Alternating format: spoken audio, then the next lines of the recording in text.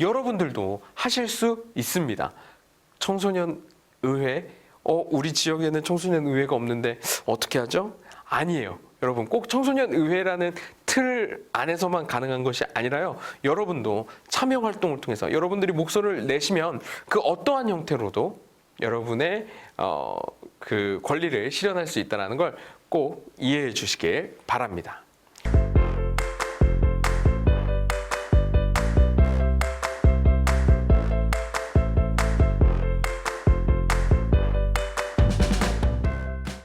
네, 여러분 안녕하세요. 두 번째 시간이네요. 오늘도 청소년 참여 활동에 대해서 여러분과 함께 알아볼 박석준입니다. 여러분 반갑습니다. 그래도 이제 두 번째 시간이다 보니까 조금 서먹함이 없어지는 것 같네요. 지난 시간에는 민주주의와 시민 그리고 참여에 대해서 우리가 배워보았습니다. 그럼 이번 시간에는 어떤 걸 배워볼까요? 네, 지난 시간에 선생님이 여러분들한테 약속한 것처럼 청소년 활동의 구체적인 사례들 그리고 여러분들이 어떻게 청소년 참여 활동에 참여하실 수 있는지 이런 것들에 대해서 오늘 같이 알아보도록 할 거예요. 오늘 주제는 청소년 참여의 의미와 사례입니다. 자, 그럼 지금부터 시작해 보도록 하죠. 먼저 첫 번째로 청소년 참여의 필요성에 대해서 여러분들과 함께 이야기해 보려고 하는데요. 사실 지난 시간에 민주주의 사회에서 시민으로서 참여가 얼마나 중요한지에 대해서는 충분히 여러분들한테 설명드린 것 같아요. 그런데 청소년으로서 왜 또 참여를 해야 되는지 이거 어떻게 설명을 더 드리면 좋을까요? 오늘 바로 이것과 관련된 이야기입니다. 물론 청소년도 우리 사회를 구성하고 있는 구성원이자 그리고 시민이기 때문에 당연히 참여해야 되겠죠. 그렇죠. 근데 그걸 더 나아가서 청소년이 왜 참여해야 되는지 오늘 그 이야기를 해보도록 합시다. 자, 선생님이 가지고 온 이 사진은요, 스웨덴의 16살 환경운동가인 그레타 툰베리의 사진입니다. 여러분도 잘 알고 계신가요? 그레타 툰베리에 대해서? 아마 어디선가 한 번쯤은 그레타 툰베리에 대해서 들어보셨을 거라고 생각이 됩니다. 그레타 툰베리는요, 2018년 8월 스웨덴 의회 밖에서 처음으로 청소년 기후 행동을 한 것으로 되게 유명한 사람이죠. 2019년에는요, 전 세계적인 기후 관련 동맹 휴학 운동을 이끌어낸 인물이기도 합니다. 그런데 아까 선생님이 설명해 드렸던 것처럼 이 그레타 툰베리의 나이가 16살이에요. 여러분과 같은 청소년이죠. 그녀가 이야기하는 건 이런 겁니다. 여러분, 환경 문제에 대해서 왜 적극적으로 나서지 않는 건가요? 환경 문제는 저 멀리 북극에 있는 북극곰의 이야기가 아니라 지금 우리를 둘러싸고 있는 문제입니다. 라고 목소리를 높이죠. 그리고 정부와 기업에 대고 이렇게 얘기합니다. 당장 지금 기후환경 문제를 해결하기 위해서 행동하라 라고 목소리를 냅니다. 왜? 내가 살아갈 지구이니까죠. 지금까지 우리가 살아갈 지구를 앞당겨서 사용했었던 기성세대 그리고 탄소를 배출해냈던 그 국가들과 기업이 이제는 빌려 썼으니까 그 빌려 쓴 지구에 대해서 갚아라 라고 이야기를 한 사람이라고 볼 수가 있겠습니다.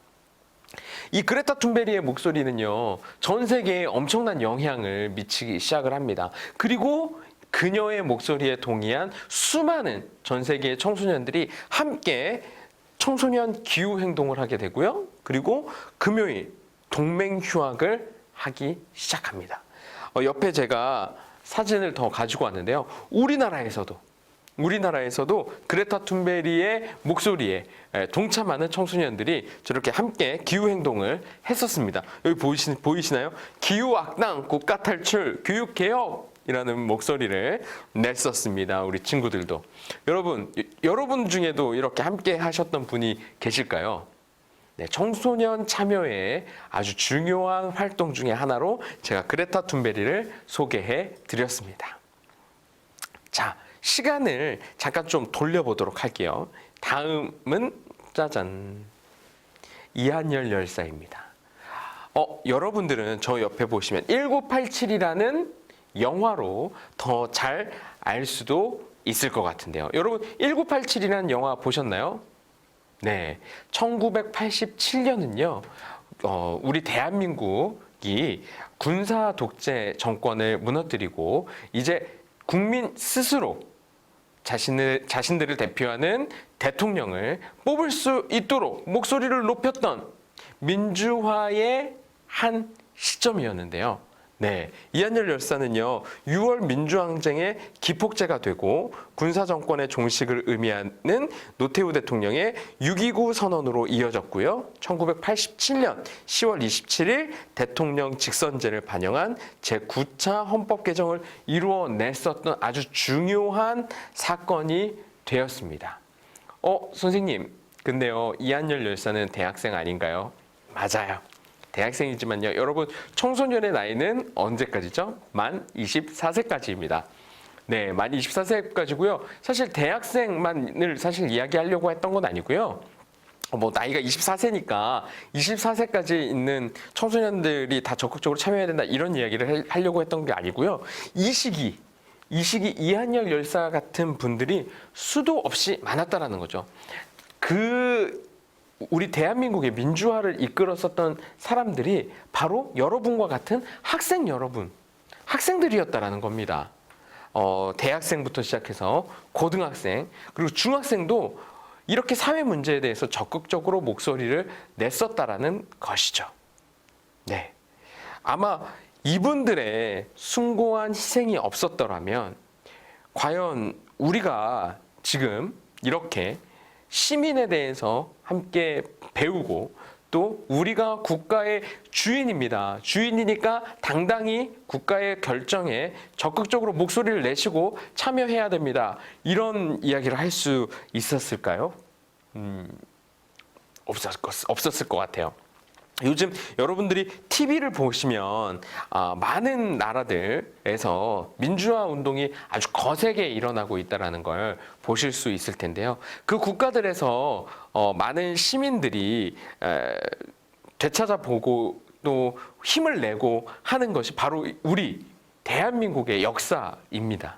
대한민국 역사는요, 끊임없이 시민들의 그 주인됨을 방해하고자 하는 그런 사람들을 물리친 역사이기도 하죠.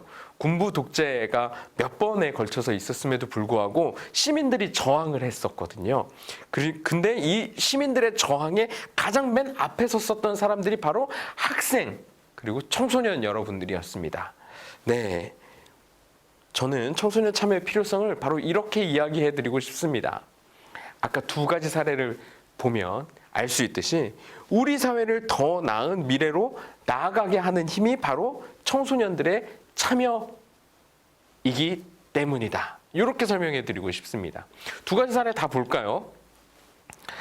자, 서슬퍼런 군사 정권의 그 독재 시대에 민주주의에 대해서 열망하고 목소리를 내고 또 함께 조직된 시민의 조직된 힘으로써 민주주의를 쟁취하기 위한 운동을 펼칠 수 있었던 것?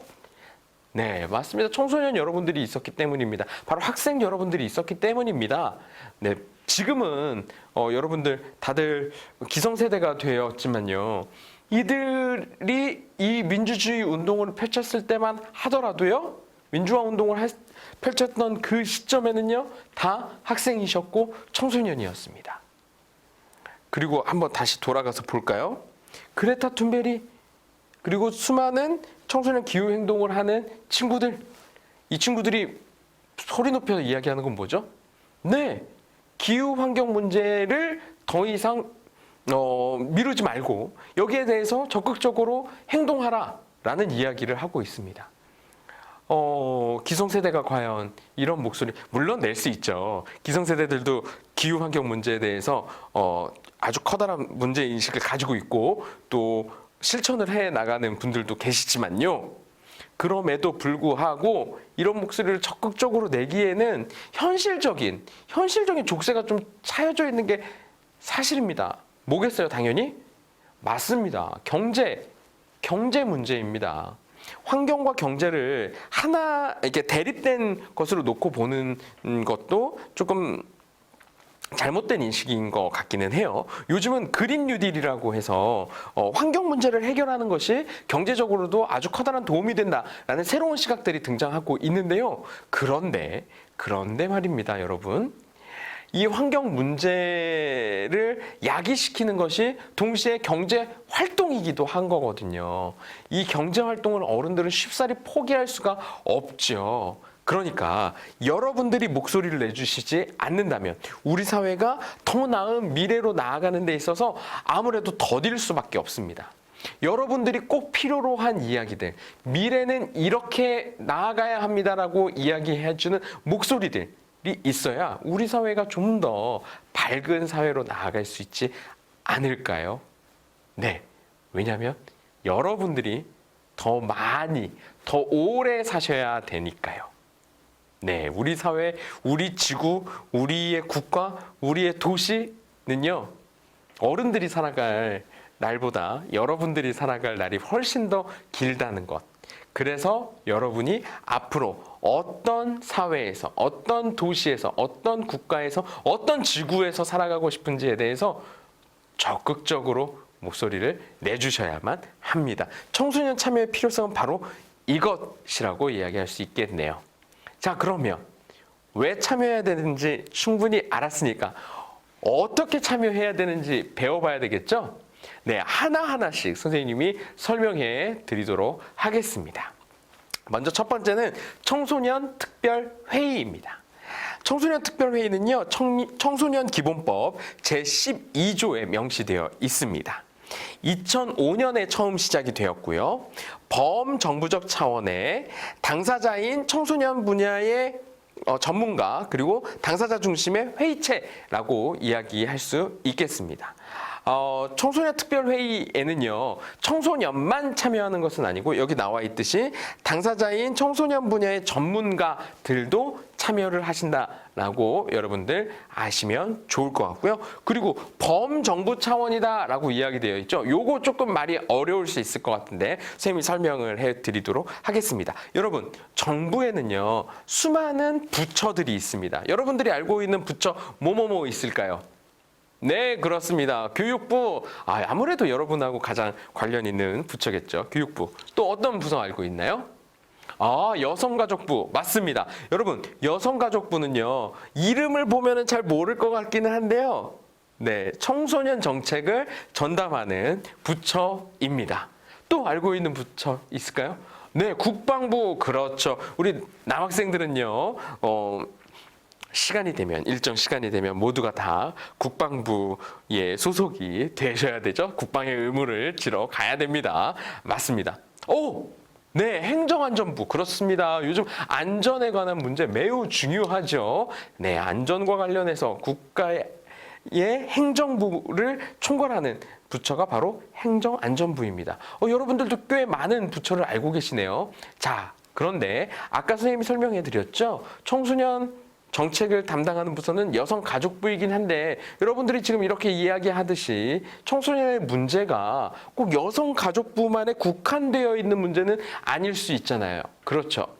네, 정부에 이렇게 많은 부처가 있는 건 정부가 추진해 나가는 모든 정책들이 워낙에 전문화되어 있고 세분화되어 있어서 이렇게 다양하게 나뉘어져 있는데 이 모든 정책들이 여러분들한테 영향을 미칩니까? 안 미칩니까?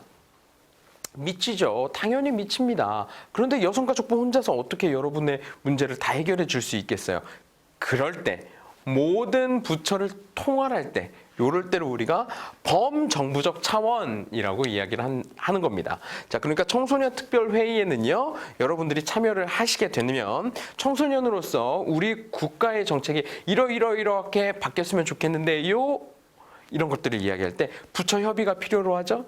부처 협의가 필요로 한 모든 부처들이 함께 들어와서 회의하는 것을 우리는 청소년 특별회의다라고 이해하실 수 있겠습니다. 자, 이어서 두 번째 볼까요? 청소년 참여위원회가 있습니다. 청소년 참여위원회는요, 청소년 기본법 제5조의 2에 써져 있는데요.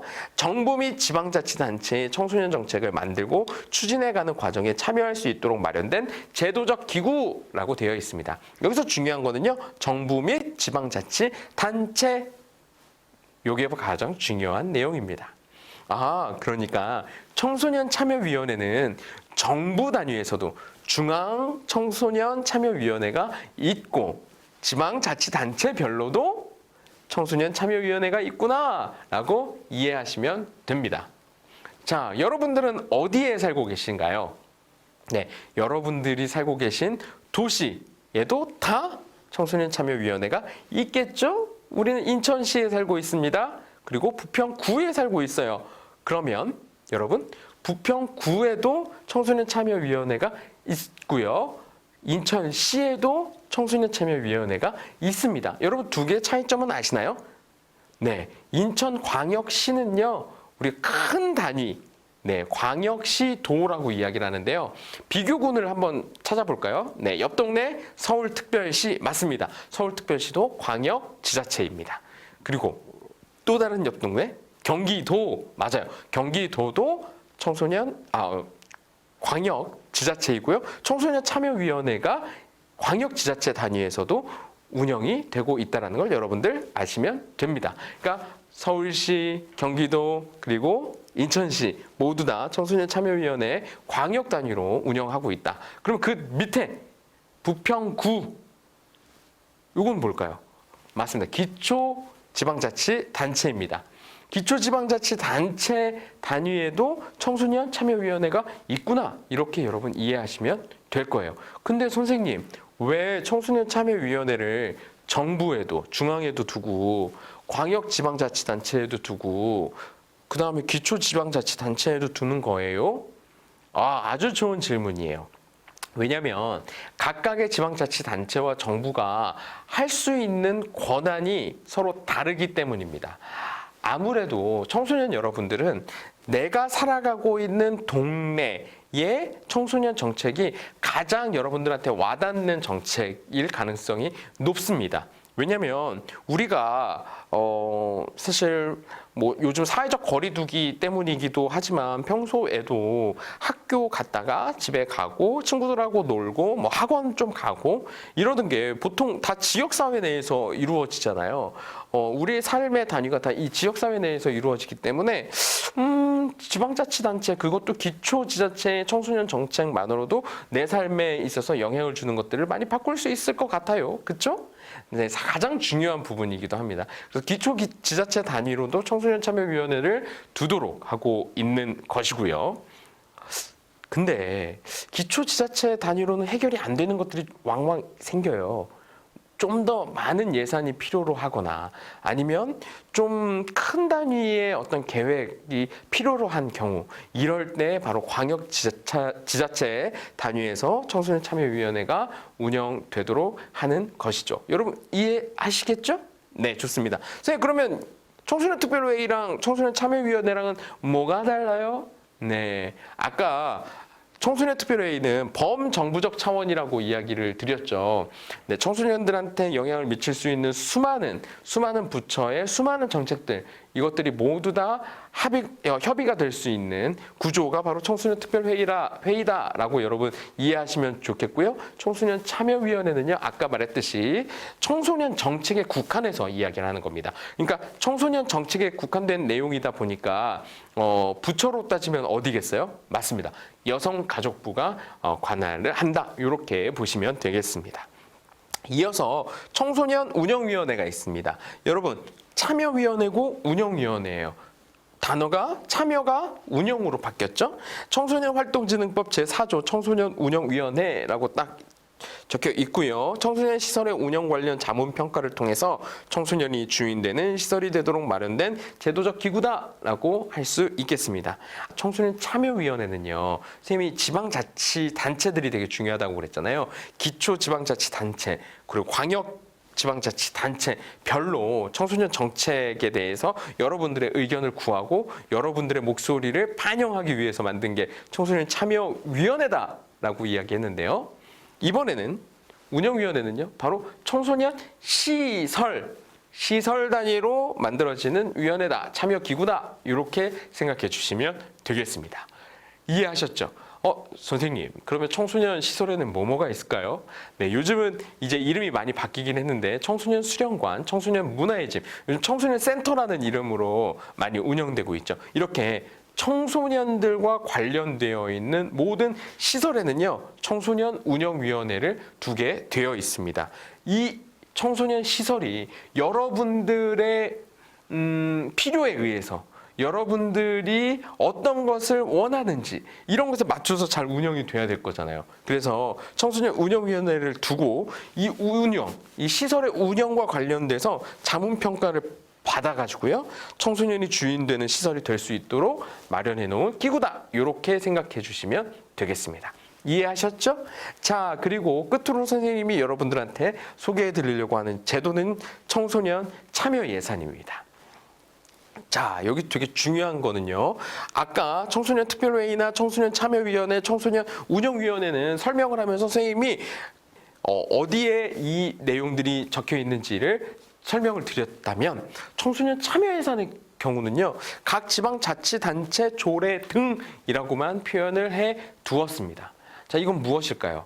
네, 청소년 특별회의, 청소년 참여위원회, 청소년 운영위원회는요, 청소년 기본법과 청소년 활동진흥법, 정말 국가의 법률로서 이게 꼭 운영되어야 되는 것으로 명시되어 있지만, 청소년 참여 예산은 아직 국가의 법률로서 정해진 바는 없고요. 각 지방자치단체들이 재량에 의해서 운영되고 있는 제도다, 이렇게 생각을 해주시면 좋을 것 같습니다. 요 참여예산 제도는 왜 등장을 했냐면요, 참여위원회나 운영위원회 활동을 우리가 좀 하는데 우리가 막 목소리를 적극적으로 막 내는데 이게 반영이 되는 것 같지는 않은 거죠. 청소년들 입장에선. 물론 각 지방자치단체들과 시설들이 여러분들의 목소리를 전혀 귀담아 듣지 않거나 그러는 건 아닙니다.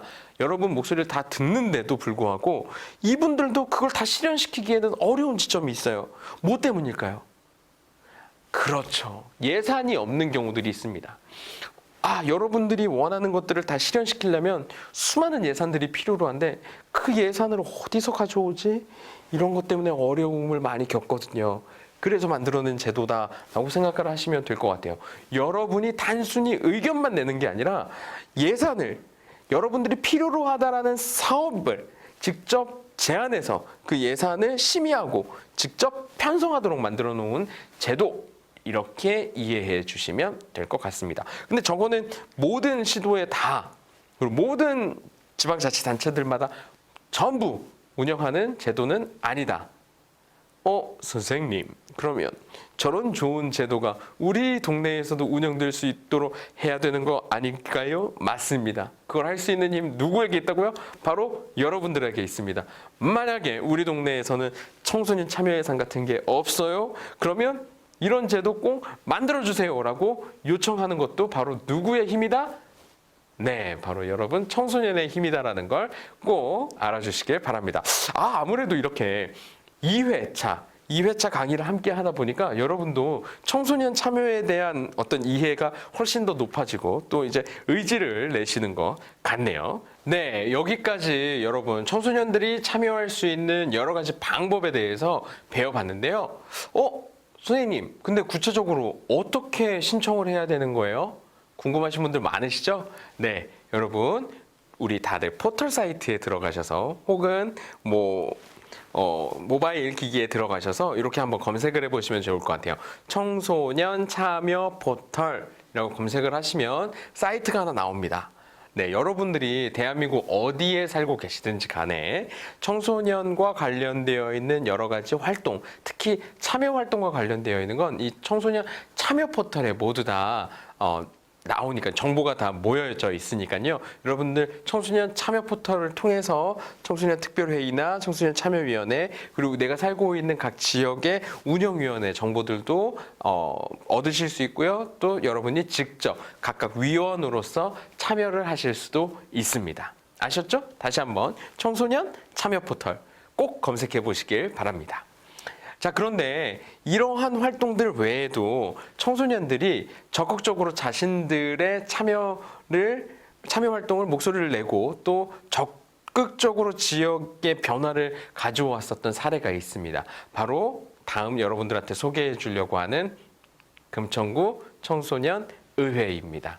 여러분, 금천구는요, 서울의 25개 자치구 중 하나인데요. 서울에 있는 자치구 중에 전체적으로 두 번째로 작은 구이기도 해요. 이곳에서 도대체 어떤 일이 벌어진 걸까요? 자, 보니까 여러분 어때요? 청소년 교복을 입고 있는데 투표를 하는 모습이네요. 맞습니다. 금천구는요, 청소년도 선거를 하고 있습니다. 청소년들 선거 못 하는데 금천구 친구들은 어떻게 선거를 하게 되었지? 네, 그 이야기를 여러분들 지금부터 해드리도록 하겠습니다. 아까 여러분들한테 소개해드린 청소년 특별회의, 청소년 참여위원회, 청소년 운영위원회는요, 누군가가 나를 대표자로 뽑아준 것은 아니죠. 그렇습니다. 각자 여러분들이 하고 싶다라고 한다면 누구나 다 신청을 해서 참여를 할 수 있습니다. 자, 그런데 청소년 의회, 금천구의 청소년 의회는요, 조금 생각이 달랐어요. 우리를 대표하는 사람을 뽑는 게 더 좋은 방식이지 않을까? 이런 생각을 하게 된 거죠. 왜냐하면 각자 자기가 하고 싶은 사람들이 손을 들어서 했을 때에는요, 각자 하고 싶은 사람들만 하게 되니까 더 많은 청소년들이 참여할 수 있는 기회가 없는 거 아닌가? 이런 생각을 하게 된 거죠. 자, 그래서 금천구에 있는 청소년들이 우리를 대표하는 사람들을 뽑은 의회, 청소년들로 구성되어 있는 의회를 구성하자, 이런 의견들을 나누게 됩니다. 그래서 금천구 청소년 의회를 출범시키기 위한 초대 의회가 구성되기 시작을 해요. 이 초대 의회는요, 여러분, 금천구 청소년 참여위원회, 아까 선생님이 참여위원회 설명했잖아요. 예, 금천구에도 청소년 참여위원회가 있었겠죠. 참여위원회의 위원인 사람들, 그리고 관내, 그러니까 금천구 안에 있는 중고등학교 학생회 임원인 사람들, 그리고 중고등학교 동아리 대표자들, 그리고 관내 청소년 기관 또는 시설의 장이 추천한 사람들, 그리고 이것도 다 아닌데 나 너무 하고 싶어, 청소년 의회 만들어지면 내 목소리 꼭 반영하고 싶어 하는 친구들은 청소년 주변 친구들이겠죠. 친구들 10명으로부터 추천을 받은 사람들이 모여가지고 초대 의회를 구성하게 됩니다. 이 초대 의회는요, 우리 국회로 따지자면 재헌국회와 같은 겁니다. 재헌국회 여러분 알고 계신가요? 재헌국회는 제1대 국회와는 다르죠. 맞습니다. 헌법을 만든 국회라고 할 수가 있겠어요. 이 재헌국회에 해당하는 게 금천구 청소년의회에는 초대의회라고 이야기를 할 수가 있겠습니다. 여기 있는 친구들이 다 모여가지고 앞으로 우리 금천구의 청소년을 대표할 청소년의회는 이러한 과정을 통해서 누구를 뽑았으면 좋겠어 라는 것들을 결정했다라고 보시면 되겠습니다. 네, 그래서 이 친구들이 어떻게 결정을 했는지 여러분 보도록 합시다. 먼저 첫 번째, 금천구 청소년의회는 정당명부식 비례대표제를 택한다. 여러분, 정당명부식 비례대표제, 이거 좀 어려운 말인 것 같은데요. 다시 한번 돌아와서 선생님이 좀 설명을 드리도록 하겠습니다. 맨 처음에 모인 친구들이 우리 대표를 그러면 어떻게 뽑을까? 자, 첫 번째로 나온 의견은 개개인이 출마를 하자. 각자 하고 싶은 사람들이 후보로 출마하는 거야 라고 의견을 냈어요. 그랬더니 다른 친구들이 이렇게 얘기를 합니다. 근데 개개인으로 출마를 하게 되면 너무 인기 투표가 되는 거 아닐까? 예쁘고 잘생긴 친구들, 혹은 목소리가 좋은 친구들, 말을 잘하는 친구들, 아니면 인기가 그냥 좋은 친구들, 이런 친구들이 다 뽑히는 거 아니야? 라는 의견을 내게 되는 거죠. 일리 있는 얘기잖아요. 그쵸? 근데 또 다른 의견도 있습니다.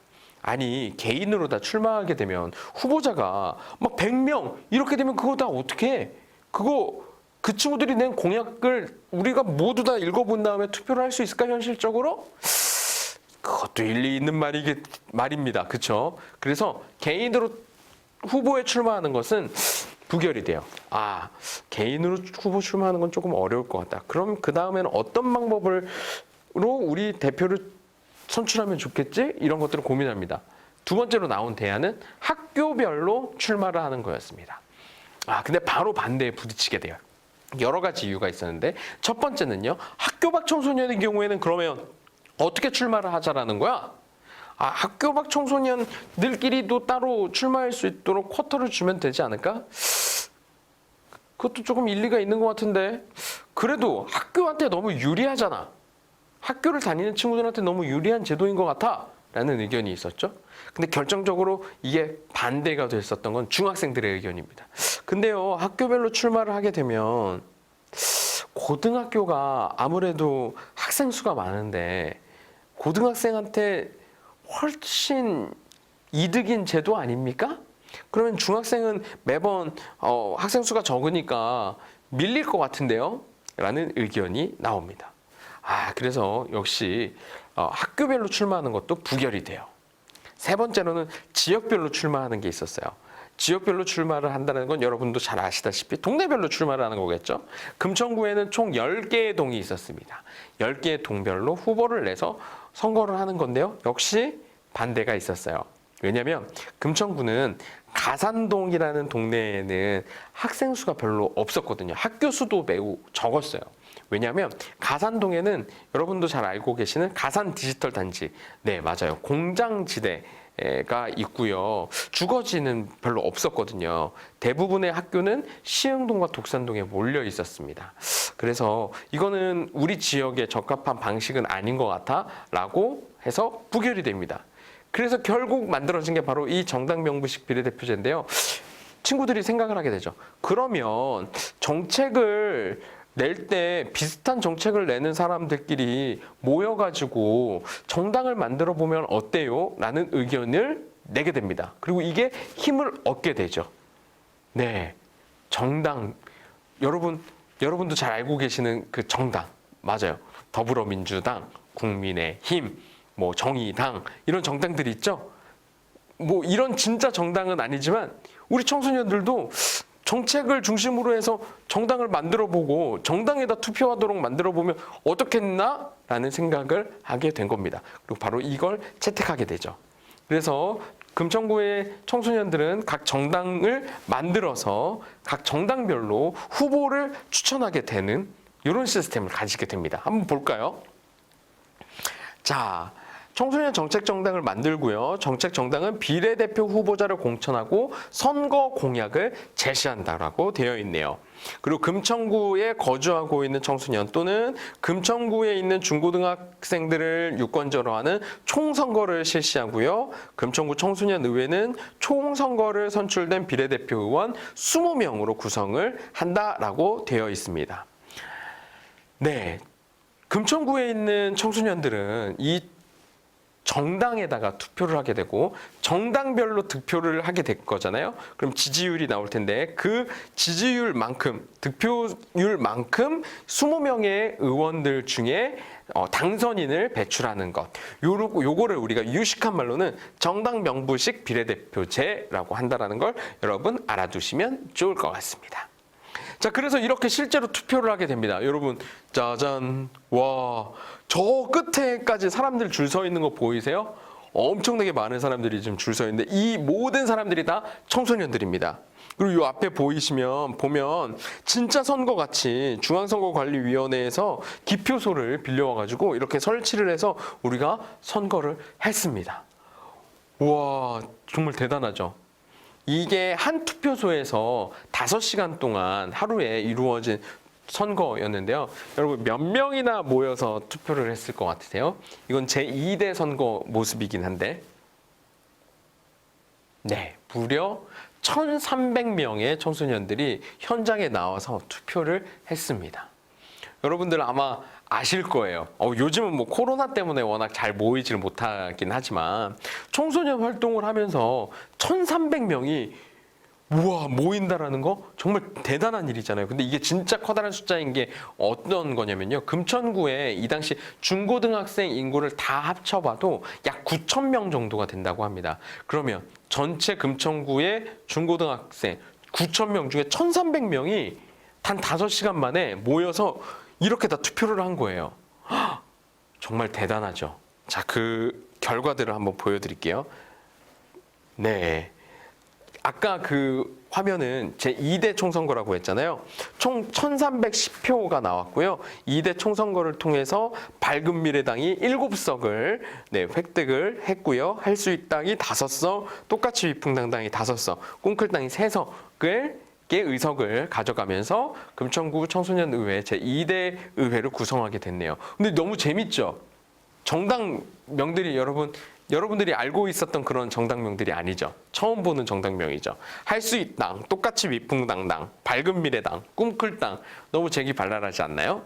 네, 금천구에만 있는 청소년 정책 정당입니다.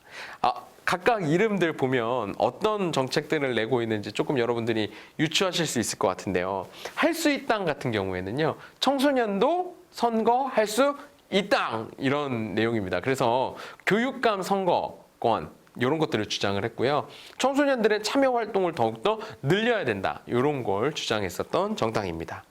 똑같이 위풍당당은 너무 재밌죠. 똑같당과 위풍당당이 합당을 한 거예요. 둘이 당을 합쳐가지고 똑같이 위풍당당이라는 이름을 가지게 되었는데요. 둘 다 청소년의 인권 문제에 대해서 관심을 많이 가지고 있었습니다. 똑같당은 청소년의 인권도 어른들과 똑같당 이런 의미로 똑같당이라는 이름을 지었었고, 위풍당당은요 청소년의 권리도 위풍당당하게 누려져야 된다 이런 의미로 지은 정당명이었어요. 둘이 좀 비슷하다 보니까 합당을 하게 됐는데, 이 친구들은요 각 학교에서 블랙 교칙들, 인권을 생각하지 않는 교칙들을 찾아내는 이런 공약들이 있었고요. 그 다음에 청소년 인권 페스티벌을 열겠다 이런 정책도 냈고요. 그 다음에 청소년 인권 침해 사례를 조사하는 활동들도 했었습니다. 자, 근데 이런 정당들을 이긴 밝은미래당 도대체 어떤 정책을 제안을 했었을까요? 밝은미래라는 거에서 알 수 있듯이 밝은미래당은 진로 교육에 대해서 되게 관심이 많았어요. 그래서 실제적이고 효과성이 있는 그런 진로 교육을 만들어내겠다. 구청과 협의해서 진로 교육 센터를 통해서 좀 더 현실적인 교육이 이루어질 수 있도록 만들겠다라는 게 공약 사항이었고요. 가장 인기를 끌었던 거는 뭐냐면 금천구 관내에 있는 중고등학교가 연합해서 축제를 여는 것, 이런 거를 공약 사항으로 걸었습니다. 이들의 활동들은 또 사진으로 또 더 만나볼 텐데요. 그 공약 사항 실천한 거 저기 보시면 연합 축제 같은 거 같이 하는 모습 보이시죠? 청소년 선거 투표 좋아요 이런 캠페인도 하고요. 실제로 구의회 건물에 가서 이렇게 회의도 하고 있습니다. 뿐만 아니라 구청장님하고도 이렇게 소통을 하고 직접 목소리를 전달하기도 하고요. 모의 선거를 통해서 교육감과 구청장님한테 당선증을 전달해 드리기도 했습니다. 자, 이런 활동들 금천구 청소년의회가 가지고 있는 특별한 점이기도 하죠. 각각 청소년의회, 금천구 청소년의회가 가지고 있는 특징들을 선생님이 한번 정리를 해봤는데요. 자, 첫 번째는 아까 선생님이 설명해 줬던 것처럼 정당명부식 비례대표제를 가지고 있다는 거. 두 번째는 청소년 정책 정당을 가지고 있다는 거. 아무래도 비례대표제를 선택하고 있으니까 정책 정당은 꼭 필요로 하겠죠. 이 정책 정당에서 의제를 발굴하고 정책을 제안하게 되는 겁니다. 보통 참여위원회에는 각 분과들이 있죠. 대부분. 그 분과에 해당하는 게 이 청소년 정책 정당이다라고 여러분 생각해 주시면 좋을 것 같아요. 그리고 나서 청소년 총선거를 통해서 대표성을 확보하고 있고, 저 총선거가 일종의 민주적 의사결정 구조를 가지고 있다라는 걸 여러분들한테 안내해 드릴 수 있겠습니다. 맨 마지막에 선생님 세 번째 노란색 표시되어 있는 거 보이세요? 금천구 청소년의회는요, 예산결산특별위원회라는 것이 있는데요. 예산결산특별위원회가 뭐냐?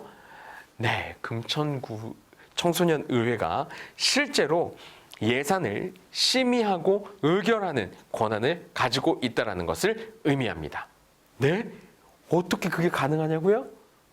어떻게 가능했냐면요. 아까도 얘기했듯이 20명의 의원들 뒤에 1,300명의 청소년들이 참여했다라는 것이 있기에 가능했습니다.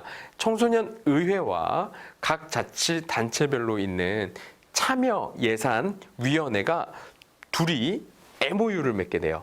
그래서 금천구의 참여예산 중에 교육, 청소년 분야의 참여예산에 대한 심의 권한은 청소년 의회가 하는 게 좋겠다라고 해서 심의 권한을 청소년 의회에게 넘겨줍니다.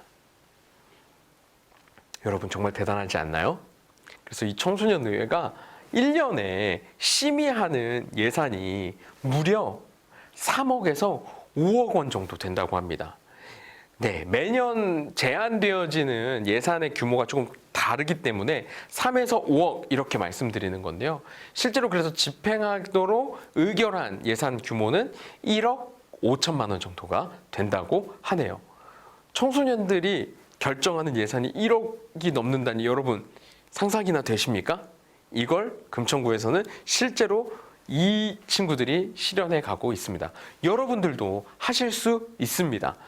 청소년 의회, 우리 지역에는 청소년 의회가 없는데 어떻게 하죠? 아니에요. 여러분 꼭 청소년 의회라는 틀 안에서만 가능한 것이 아니라요. 여러분도 참여 활동을 통해서 여러분들이 목소리를 내시면 그 어떠한 형태로도 여러분의 그 권리를 실현할 수 있다는 걸 꼭 이해해 주시길 바랍니다. 근데 이런 활동들을 하는 데 있어서 가장 커다란 걸림돌이 있어요. 맞습니다. 제가 옆에 띄워놨는데요. 바로 입시 교육이죠.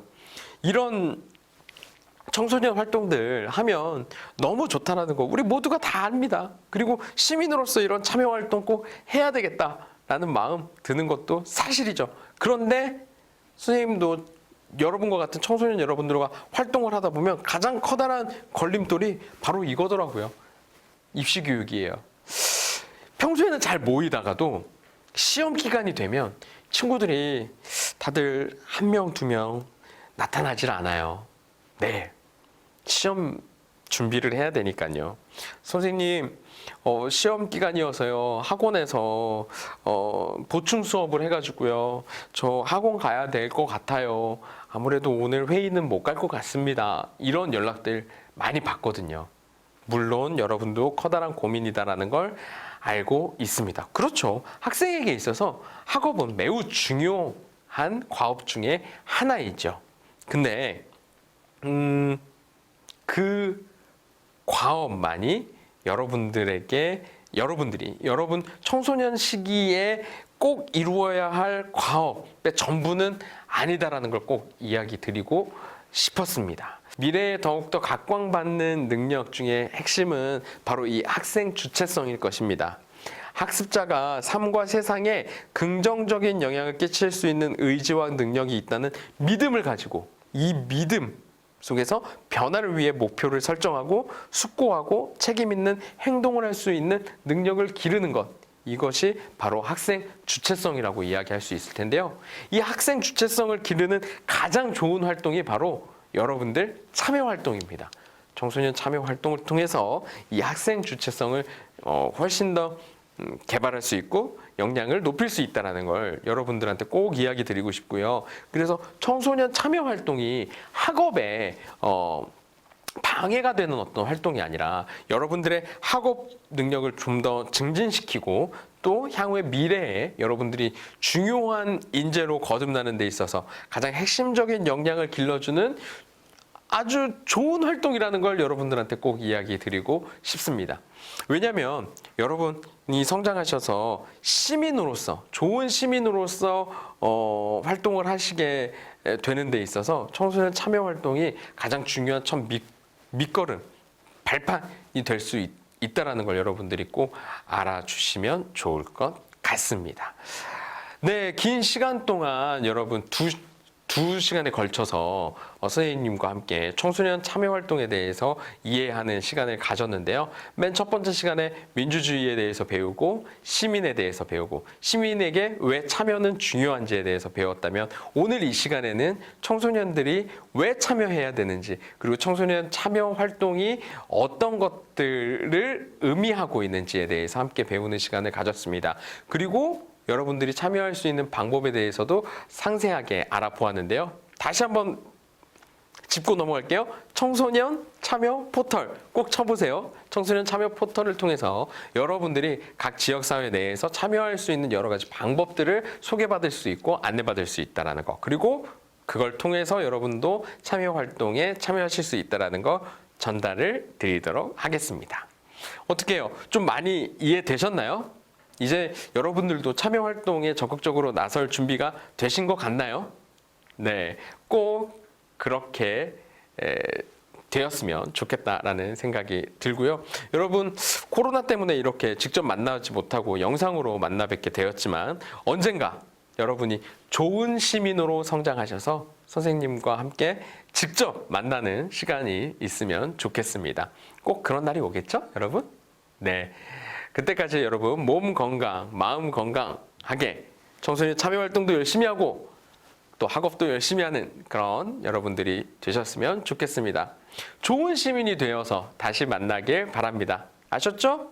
그러면 저는 여기서 인사드리도록 하겠습니다. 여러분 모두 안녕!